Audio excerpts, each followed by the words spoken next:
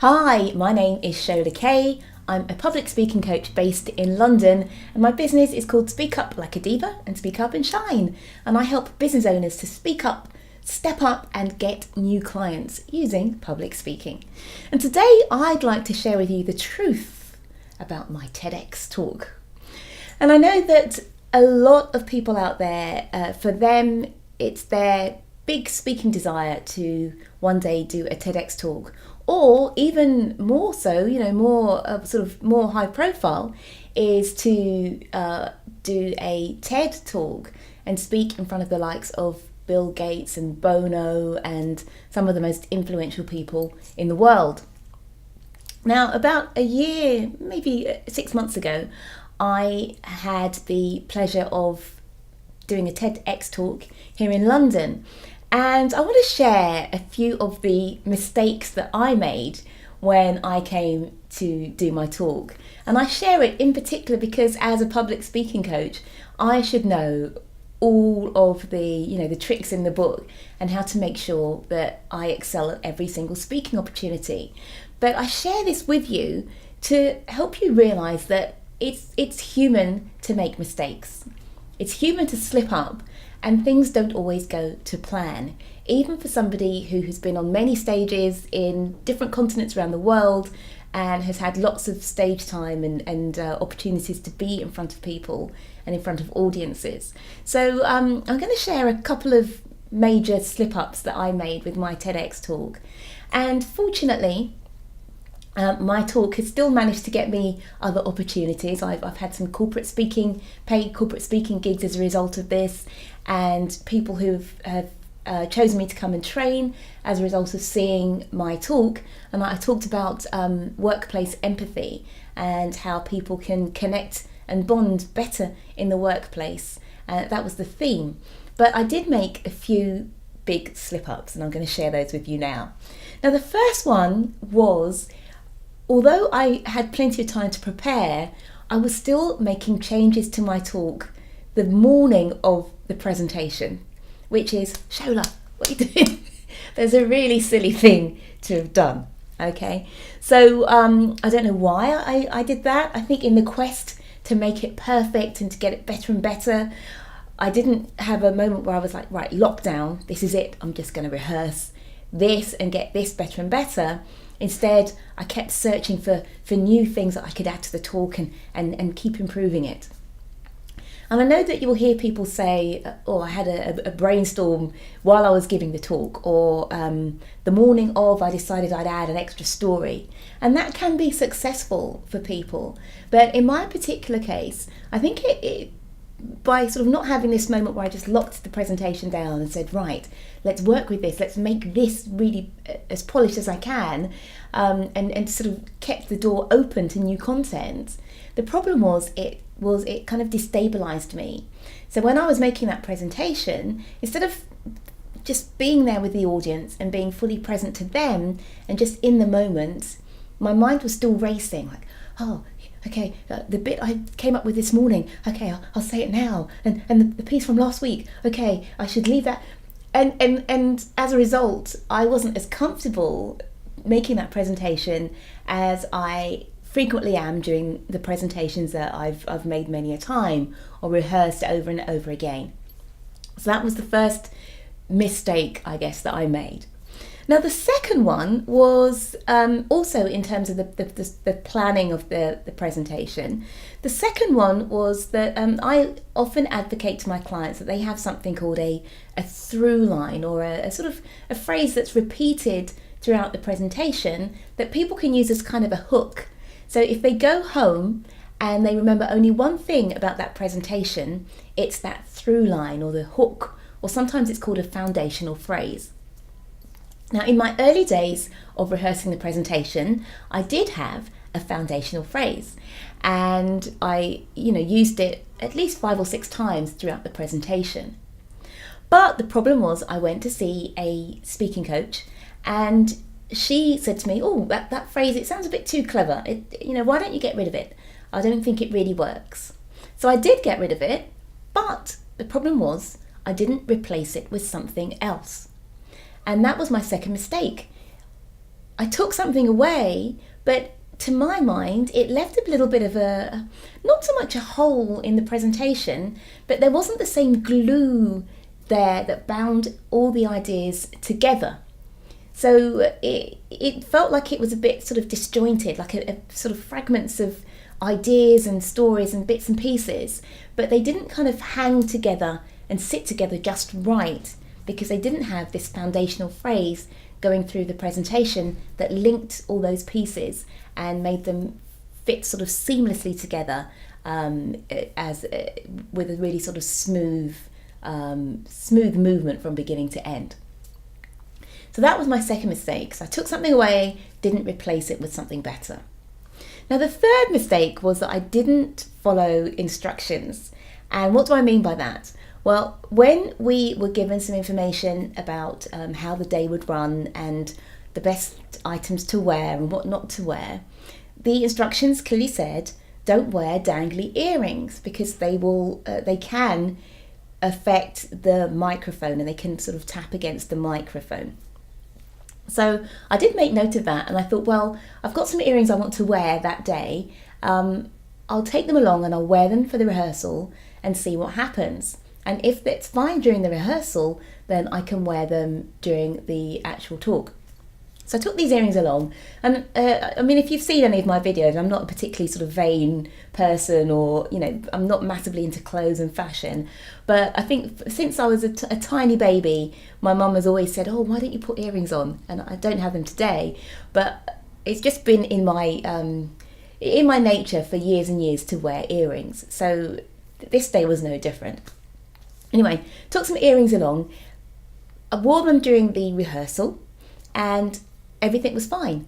There was no interaction between the earring and the microphone during the rehearsal. And so I thought, okay, brilliant, I can wear them for the real life presentation. So of course, put them on, and guess what happens? When I was mic'd up behind the scenes for my moment in the spotlight, the position of the mic was slightly different than the position of the headset mic in the rehearsal. So this time around, oh my gosh, there was an interaction between the earring and the headset. So I walk out, there's the applause, walk out and start making my presentation. And the first thing that happened was the mic wasn't turned on. So I said the first 3 or 4 words and there was no sound, because the mic wasn't turned on to front of house. It was actually recording my voice, but it wasn't sending it out to the audience.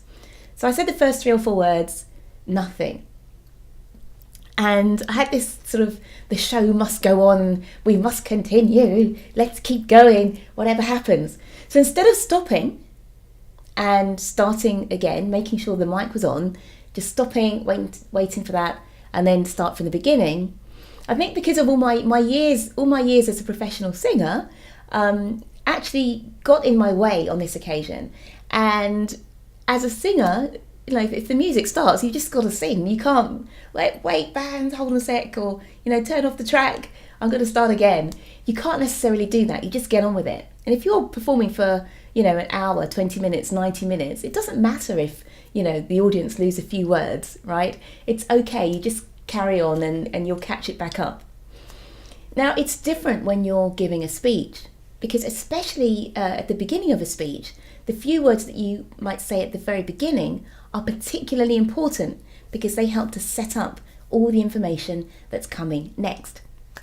So I really should, in hindsight, have stopped and waited to make sure the mic was on. Yes, it's on. Okay, I'm going to start again. So that was one mistake that I made, actually in the moment of giving the presentation. And whatever you rehearse, sometimes things happen that you can't predict, and you just don't know how you're going to respond in the moment. So it's brilliant if you can run through all the scenarios that things that could go potentially wrong, but in that moment, things happen, and you just kind of do the best you can. So my years of singing training, I think, actually got in my way in this particular occasion. I should have stopped. But anyway, once the mic was on, the next thing that happened was my pesky earring, not that I'm wearing it today, but my pesky earring started to clank and bang against the headset mic. So I'm talking and I'm hearing this brum, brum, brum, as I'm speaking, this like clanking sound. Again, what should I have done? I probably should have stopped, taken off the earring, just put it on the floor and said, please, can I start again? But no, I didn't. I just couldn't get through this, climb every mountain. So I just carried on. And all the way through the presentation, through the TEDx talk, this earring was banging against the headset mic. So instead of me being relaxed, giving the best presentation that I could in that moment, and just enjoying being there with the audience, I'm thinking, oh no, clink, click, click. And it just completely distracted me, as you can imagine. And I managed to get through the talk. There were a couple of bits I left out just because I didn't leave them out on purpose, but I was so distracted that things that I'd wanted to say just got left by the wayside. And I think if I'd had more time to rehearse, if I hadn't been changing this presentation right up to the very last minute, all those key points would probably have been much more embedded in the presentation and I wouldn't have left them out. But with the stress of this earring and all the stuff that was going on, boom, they just got left by the wayside and jettisoned. So there were some points I wanted to make about millennials in the workplace, and another example I wanted to give of workplace empathy and how important it is. But they didn't see the light of day. Those 2 points. I just wanted to get through, be done, and get off the stage because these things were going wrong. Anyway, I got through the presentation, and of course, whatever's happening, you're there to provide that information to the audience. So if things do start going wrong, obviously correct what you can, stay present, stay tuned, correct what you can, and then there's a certain point at which, okay, I'm just in this to get through. Let me do the best I can, let me serve the audience in the best way that I can, and let's just proceed till the end.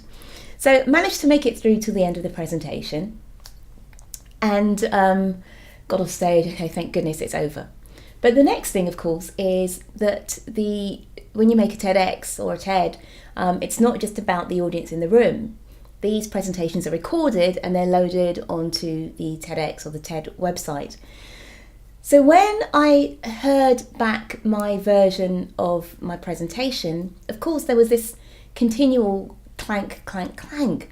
So the first thing I did is I asked if the sound people could actually get rid of that interference and see if they could, maybe play around with the waveform in the audio and cut out all those, irritating and distracting banging sounds. So the first pass at that wasn't so great. What ended up happening was some of the higher frequencies of my voice, of the sound I was making speaking, were lost when they cut out those clanking. So it sounded like I was very lispy. So I thought, no, I can't have that happen. So then what I did is I found my own sound person and asked him if he could work on the sound, on the audio. And that resulted in a better job.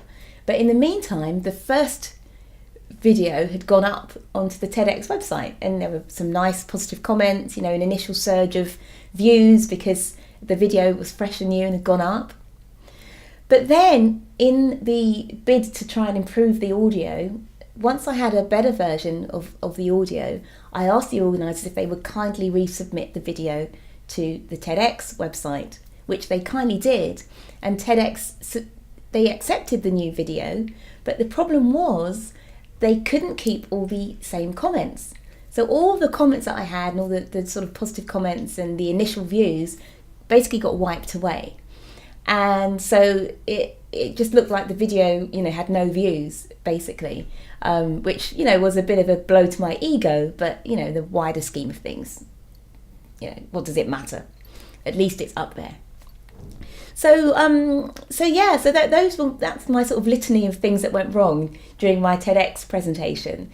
So I would love you to learn from my mistakes, and the reason I share this with you is so that you can learn, and that you can see that even somebody who's been on stage for many years and has given lots of presentations and performed in front of big audiences can still screw up. So don't be too hard on yourself if things don't go the way that you planned them to in your next presentation. So just to summarise the things that I learned from doing my TEDx. First of all, don't keep changing your presentation right up to the last minute. Doubtless there are moments where we have an inspired thought, or there's something we feel we must include, and it does enhance the presentation. But if you possibly can, try and lock it down at least, a week or two beforehand, so that you really do have time to rehearse it fully and to feel really comfortable that presentation is embedded inside you. And you know, if you had to recite it backwards, you could, you just feel really comfortable with it. The second point was that I took out a key part of my presentation, and I didn't replace it with anything else. And as a result of that, it didn't hang quite right, didn't fit quite right to me. Now, it hasn't been catastrophic. I've still managed to get other opportunities from it, and people have still said they've enjoyed it. But if you take something away, then understand what you're taking away and assess whether something should be put in its place. The third point was around, there was mic failure as I walked out. If you're in a situation where it's being recorded, and possibly where the recording is going to be viewed by more people than the actual in-house, the live presentation, and you're actually told beforehand, hey, if you need to stop, if you make a mistake, stop, just start again, we can erase the problem, which we were, then go ahead and do that. Don't feel you've got to just kind of soldier on. Use that to your advantage and stop if you need to and start again. And then finally, if you are given instructions about, what to wear, what to have hanging off your ears and what not to, then listen to those instructions, because the rehearsal may not be exactly the same as the live performance or the live presentation. So I hope this helps. And go on out, apply. There's TEDx talks happening. I think there's supposed to be one happening every 5 minutes around the world. So if you are keen on doing a TEDx, then there is a central website where you can find all the TEDx happening in your local, in your country or in your area.